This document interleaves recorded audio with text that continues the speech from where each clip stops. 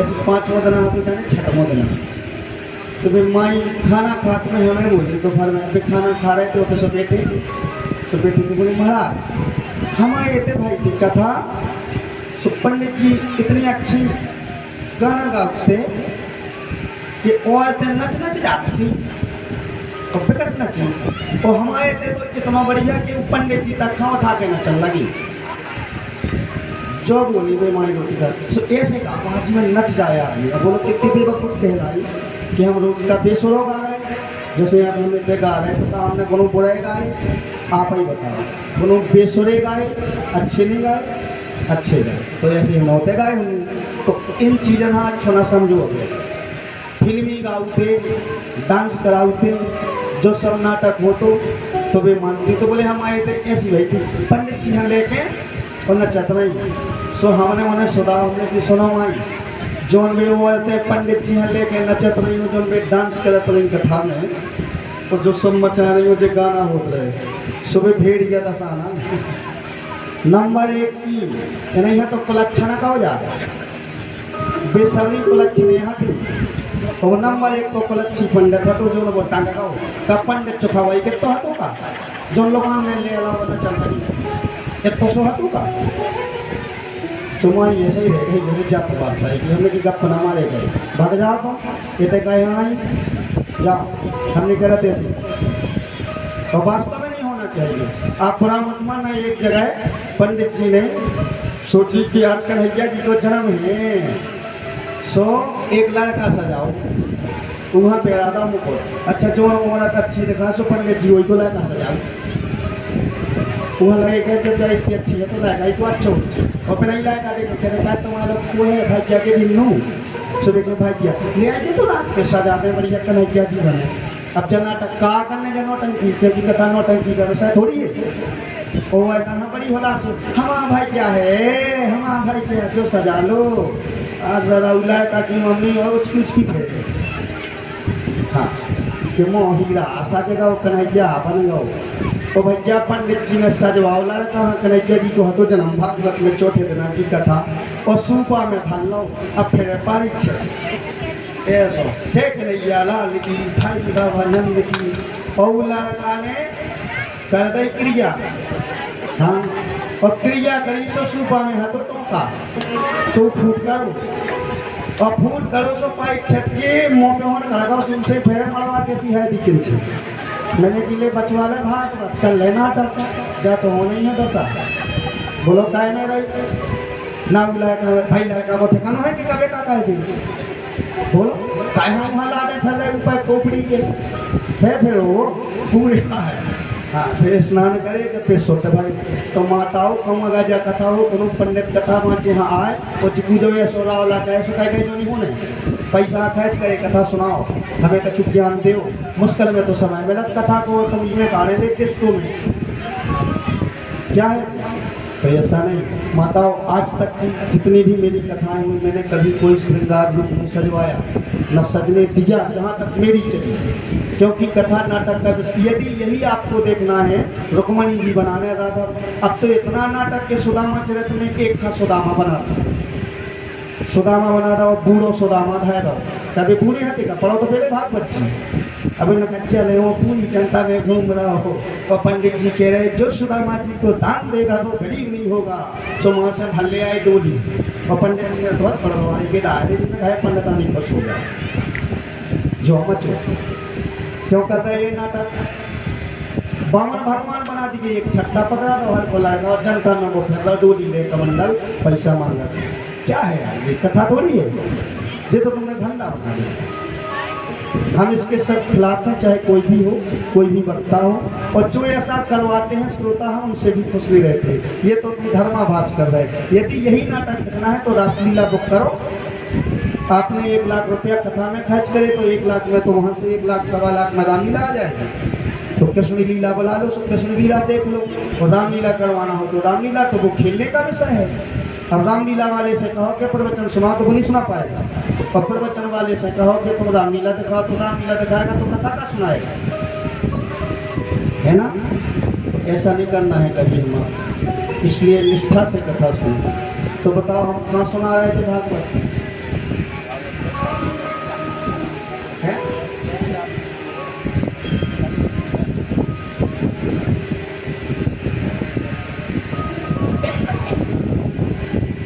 क्या सुना रहे थे आप लोग? बताओ, ध्यान कराओ। हम उतनी से कथा चालू करें। जो इतनी बात है चलो बड़े आई खुशियाँ बड़ी जब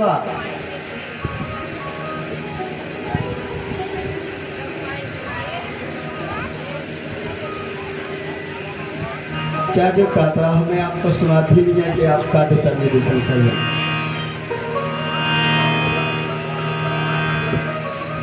अब तो हमारे को विस्मय हो गया।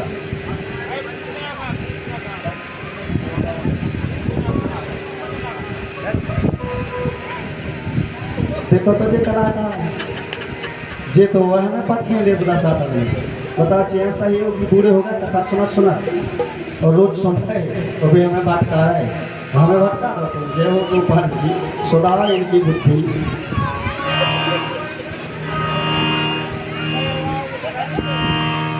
ये बता रहे थे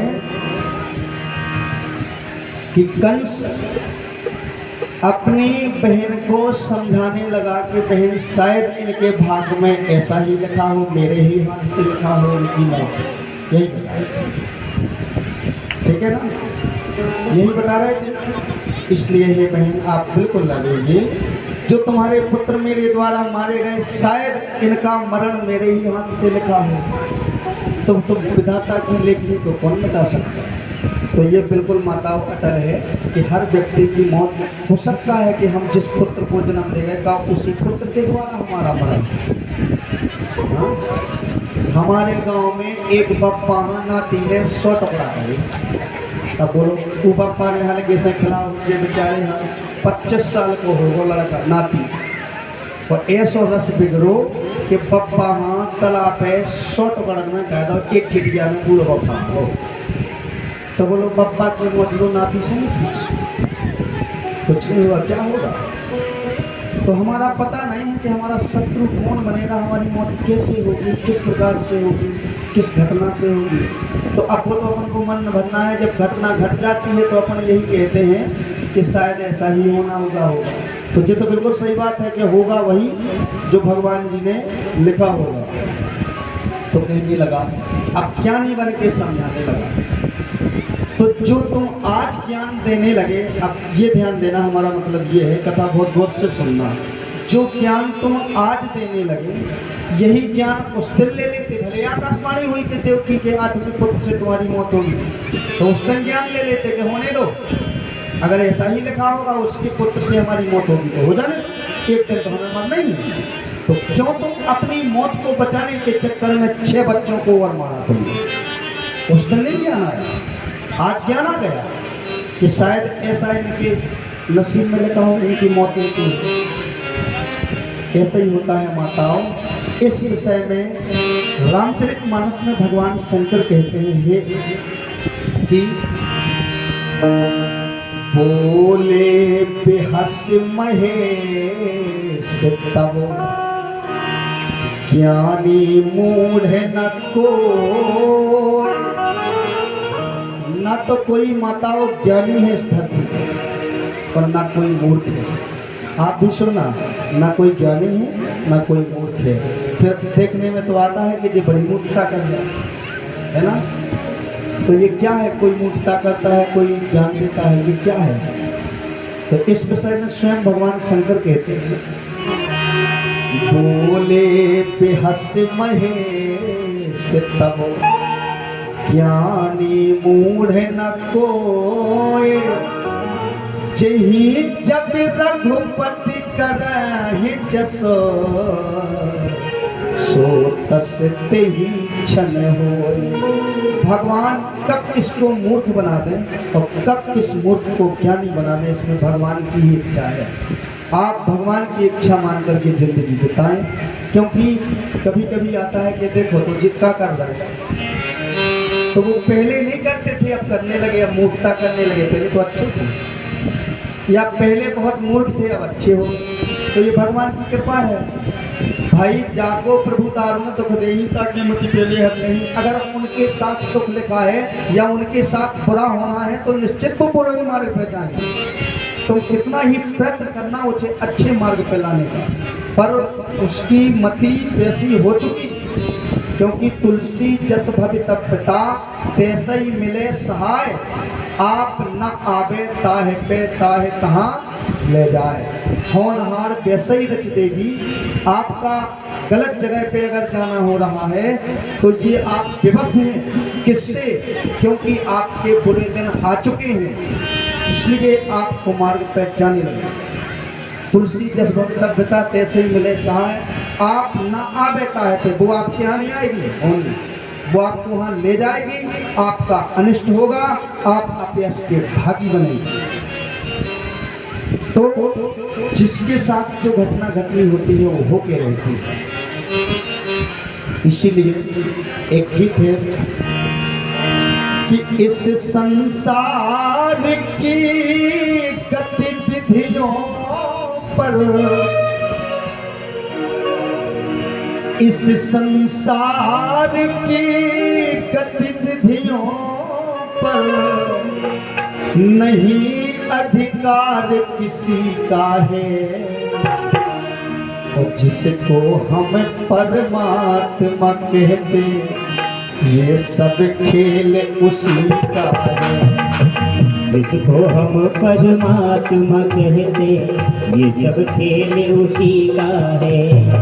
जिसको हम परमात्मा कहते ये सब खेल उसी का है।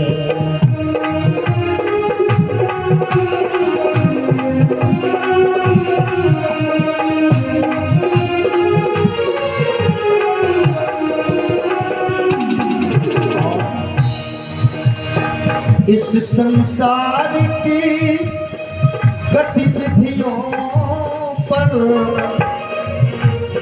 नहीं अधिकार किसी का है, और जिसको हम परमात्मा कहते ये सब खेल उसी का है। जिसको हम परमात्मा कहते ये सब खेल उसी का है।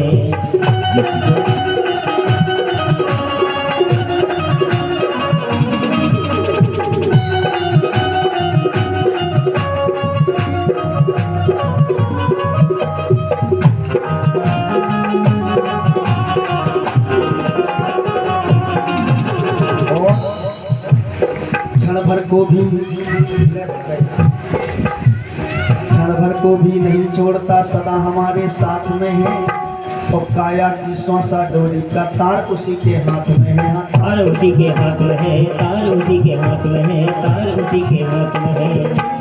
क्षण भर को भी नहीं छोड़ता, सदा हमारे साथ में है, काया की श्वासा डोरी का तार उसी के हाथ में है। तार उसी के हाथ में है, तार उसी के हाथ में है, तार उसी के हाथ में है। और हंसना रोना जीना मरना, हंसना रोना जीना मरना सब उसकी मर्जी का है। आपको भगवान कब रुला दे कब हंसा दे हम कुछ नहीं हो सकते। ये दुनिया वाले ना आपको रुला पाएंगे ना आपको हंसा पाएंगे। ये कहने की बात है कि उसने हमें दुख दिया, बेकार की बात। हंसना रोना जीना मरना सब उसकी मर्जी का है, और जिसको हम परमात्मा कहते ये सब खेल उसी का है। जिसको हम परमात्मा कहते ये सब खेल उसी का है। जिसको हम परमात्मा कहते ये सब खेल उसी का है।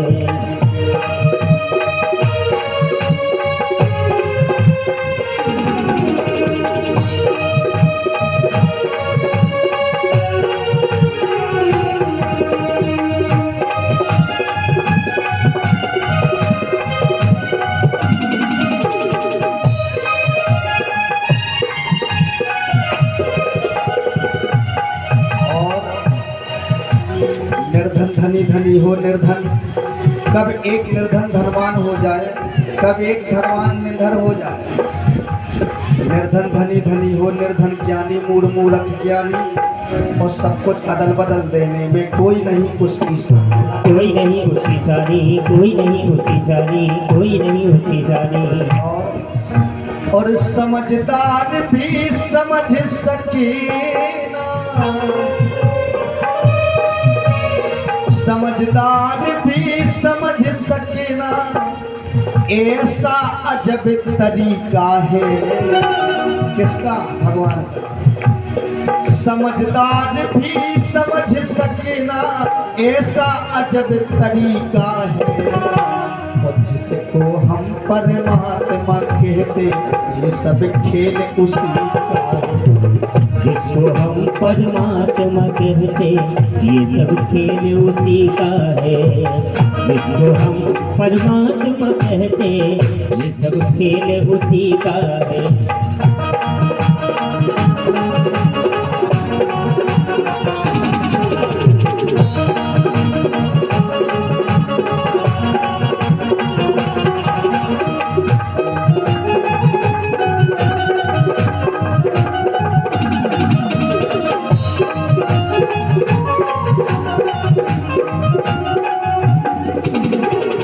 इसलिए हम क्या करें फिर? तो भगवान की इच्छा को मुख्य मान करके जीवन जिए, और कुछ नहीं। किसी ने कहा है जैसे रखे राम जी रहना चाहिए। एक जने बोले रहना ही पड़ेगा, कर भी क्या सकते हैं। सही बात है। क्या करा तिंडू में दत्ता माजा था रात भर कालो तिंडू में शाम के दत्ता माजा तो रात भर कालो 12 बजे लो रोने, फिर रोत सो जाए, फिर सुबह फिर रोन लगे, फिर 12 में आन के घंटा आगना के, फिर रोटी खें, और फिर सबका चाय पिवाएं कि चलो गाओ दत्ता चाय पी लो, गिफ्ट है जा। यही होता। इसलिए राजेश्वर आनंद, अगर तुम चाहो तो मानो शिक्षा, तज अभिमान मिला दो उसकी इच्छा में अपनी इच्छा। इच्छा में अपनी इच्छा, इच्छा में अपनी इच्छा, इच्छा में अपनी इच्छा। और यही भक्ति का भाव है प्यारे, यही भक्ति का भाव है प्यारे हो। यही भक्ति का भाव है प्यारे, सूत्र यही मुक्ति का है। जिसको हम परमात्मा कहते, ये सब खेल उसी का है। जिसको हम परमात्मा कहते, ये सब खेल उसी का है। जिसको हम परमात्मा कहते, ये सब खेल उसी का है। जिसको हम परमात्मा कहते, ये सब खेल उसी का है। बोले राधा रानी की जय। ऐसी बोलो जे लगे कोई है।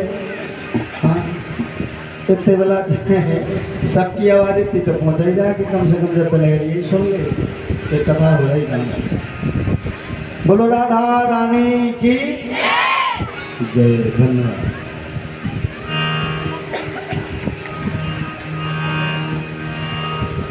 तो ज्ञान का उपदेश देने लगा कंस कि शायद ऐसा इनके भाग में लिखा, इसलिए वह क्षमा करो। तो क्षमा तो करना ही पड़ेगा, क्योंकि नहीं कर रहे तो तुम क्या कर रहे हैं? यह भी तो बात है। अगर नहीं कर रहे क्षमा तो क्या कर रहे हो? इसलिए वो तो बेबस है। तुम क्षमा मांगो तो ना मांगो तो वो क्या करेगी तुम्हारा? तो उसने कहा ठीक है भैया, जो हमारे भाग में लिखा है हम भोगेंगे। हथकड़ी बेड़ी खोल दी, स्वतंत्र कर दिया।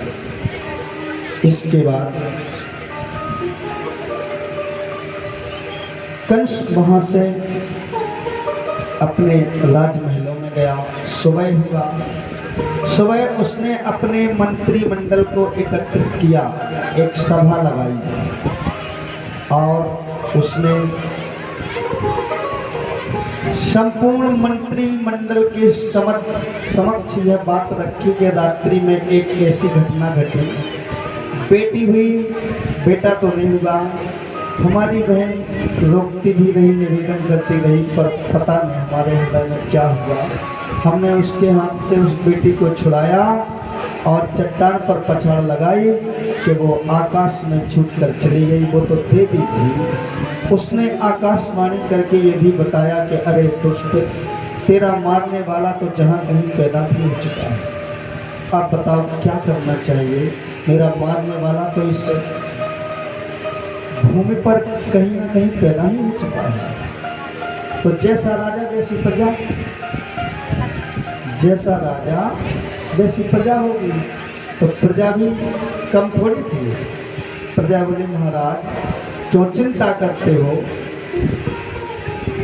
आपके धनुष की टंकार सुनकर के देवता आपके सामने हाथ जोड़ करके अपने प्राणों की भीख मांगते हैं आपसे। आप कितने बलवान हैं, फिर भी शत्रु को छोटा नहीं समझना चाहिए। चाहे आप कितने भी बलवान हो, अगर किसी से दुश्मनी हो जाए, शत्रु हो आपका, तो उसे छोटा नहीं समझना चाहिए। तो शत्रु को छोटा नहीं समझना चाहिए। यदि आकाशवाणी ने ऐसा कहा, उस देवी ने ऐसा बताया, तो अभी अभी तो हुआ होगा। तो अभी हुआ होगा तो कहाँ होगा? इसी भूमि पर, इसी परिक्रम में। इसलिए हे राजन, यदि आप आज्ञा दें तो आज से विगत 10 दिन पूर्व में जितने भी बच्चे हुए होंगे, उन समस्त बच्चों को मार दिया जाए। तो जब सभी बच्चे मार दिए जाएंगे, आज से विगत 10 दिन से जो हो रहे हैं, 10 दिन पहले, 9 दिन पहले, 8 दिन पहले, 7 दिन पहले, 10 दिन से आज तक जितने भी बच्चे हुए होंगे, उन सबको यदि आप आज्ञा दें तो मार दिया जाए। खोज की जाएगी कि किन किन महिलाओं के यहाँ बच्चा हुआ, किन किन के घर में किस महिला के बच्चा हुआ, तो उसमें तुम्हारा भी जो दुश्मन है वो मारा जाएगा। तो अभी तो वो शिशु है, अभी मर जाएगा, नहीं तो फिर वो बड़ा हो जाएगा, तो फिर उससे तो जीत नहीं पाएंगे, क्योंकि वो तो आकाशवाणी ने ही कहा कि तुम्हारा वो काल है। तो कंस कहने लगा, हाँ ये तुमने अच्छा किया, ऐसे ही करना है। वो आज्ञा दे दी कि ठीक है ऐसे ही करो, जितने भी बच्चा भाई हों सब उठवाओ। तो 84 कोस का है पूरा ब्रज, मथुरा, गोकुल, बरसाना इत्यादि, ये सब नंदगांव, ये सब 84 कोस है। 84 कोस की परिक्रमा लगाते हैं लोग आज जब जाते हैं। कोस कितना होता है? 3 किलोमीटर का एक कोस। तो 84 में 3 का गुणा कर दो, उसमें निकल जाएगा कि कितने किलोमीटर पैदल चलना है। वो है परिक्रमा। और 60 कोस की परिक्रमा है गोवर्धन पर्वत की। तो 7 21 किलोमीटर इधर है। एकादशी को जो गोवर्धन पर्वत की परिक्रमा करता है, उसे भगवान का वैकुंठ प्राप्त होता है। तो आज्ञा दे दी। इसके बाद अब सुखदेव जी कथा को बदलते हैं। अब कथा वहाँ की सुनाते हैं जहाँ वह बालक है, जहाँ वह बालक हुआ। नंद रानी की आँख खुली तो सुबह सारे नगर में हल्ला हो गया कि नंद रानी के यहाँ एक सुंदर बालक का जन्म हुआ।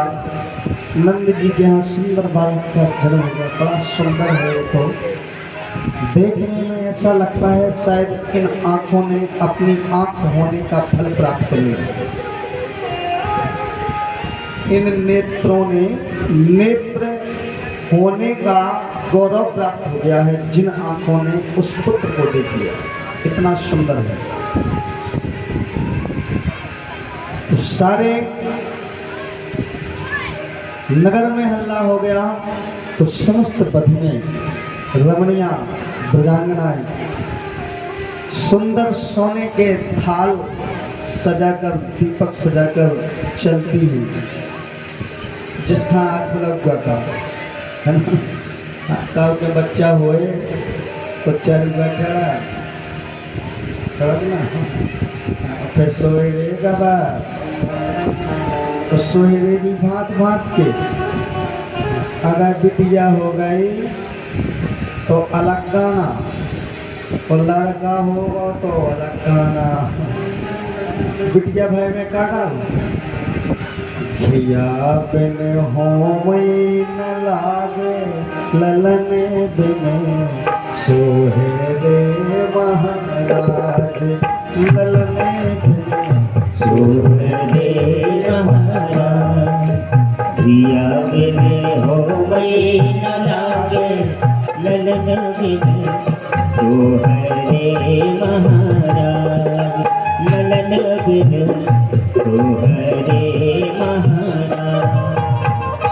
जय गवा ऐसे गाने आप बता लो ललन के बिना सोहे अच्छी नहीं। जानकी ने बनाओ जो गाना हम ही गाना हाथ छोड़ी मानता ललन के बिना। ललन की ज्यादा व्याख्या है कि लली की। कभी आपने इस पर गौर किया? लड़का सिर्फ एक ही कुल का उद्धार कर पाए और बेटी अच्छी है सुलक्षणा है तो दो कुल का उद्धार करे और कुलक्षणा है तो हाँ की कुलक्षणा भी होती मानने से। अब जैसे केकई थी तो आज तो दशरथ जी की पत्नी जिन दशरथ जी के लाले स्वर्ग में सिंहासन में लग तो बेटी हैं लेकिन उनकी पत्नी ने ऐसा आचरण कर दिया कि शायद आज तक किसी भी नारी प्रजाति का नाम केकई नहीं हुआ। क्यों हुआ? आपने देखा होगा कौशल्या कहाँ गई थी, सुमित्रा कहाँ गई थी, शांति कहाँ गई थी। और नाम तो है शांति कलाएं हैं तनखों नहीं मानती। तो सुमित्रा कौशल्या सीता अनुसुईया ये सब नाम है लेकिन के कहीं नहीं है। क्यों नहीं है? क्योंकि ऐसी करतूत कर दी के कहीं नहीं कि शायद फिर दुनिया वालों ने के कहीं नाम भी किया है। और दशरथ जी कह भी गए थे श्राप हो गए थे कि नारी प्रजाति की महिला कभी के कहीं नाम नहीं रखा है। तो जो पति के प्रतिकूल जिसका आचरण होता है उसका जगत तो बिगड़ता ही है परलोक भी बिगड़ता है। तो बेटी दो कुल को तार दे। अब सीता जी के लिए देखिए जब जनक जी ने अपनी बेटी को जंगल में देखा, जिस बेटी को कभी धूल में नहीं लगाया, एक बात है सीता जी ने कभी धूल में छोटे छोटे कंकड़ों में पैर नहीं रखे अपने मायके। वो सीता पति के घर पहुंचने के बाद पति की ऐसी स्थिति बनी कि राज्य भोग ना करके वनवास जाना पड़ा। तो सीता जी के लिए कोई ने भगाया था क्या कि तुम जाओ जैन लाए का बजाओ तुम जाओ तुम कहाँ हो, कोई ने तो नहीं कही। बल्कि कौशल्या जी ने निवेदन किया, दशरथ जी ने ये कहा भी है कि बहू यदि आप ही बनी रहो घर पे तो हम जिंदा बने रहेंगे। तो सीता जी ने एक ही उत्तर दिया था कि पति से जुड़ जाने के बाद नारी के जीवन में न माता होती है, न पिता होता है, न ससुर होता है, न भाई होता है, संपूर्ण नाते पति में ही होते हैं। अगर हमारा पति पत्तों पर सोएगा और पत्नी खूब गल्लभ के गद्दा पे पड़ी रहे तो उसमें धर्म थोड़ी है। तो जिस स्थिति से पति गुजरे उसी स्थिति में सहयोग देना एक अच्छी पत्नी का, सुलक्षणा पत्नी का कर्तव्य है। इसीलिए लिखा है धीरज धर्म मित्र और नारी। धीरज को और धर्म को और मित्र को और नारी को आपातकाल परखिए चाहिए। आपत्ति काल में ही इनकी परीक्षा होती है, सुख में तो सबको आनंद जब विपत्ति में साथ दे दे। तो जानकी जी स्वयं गई। हालांकि राम जी ने भी बहुत समझाया कि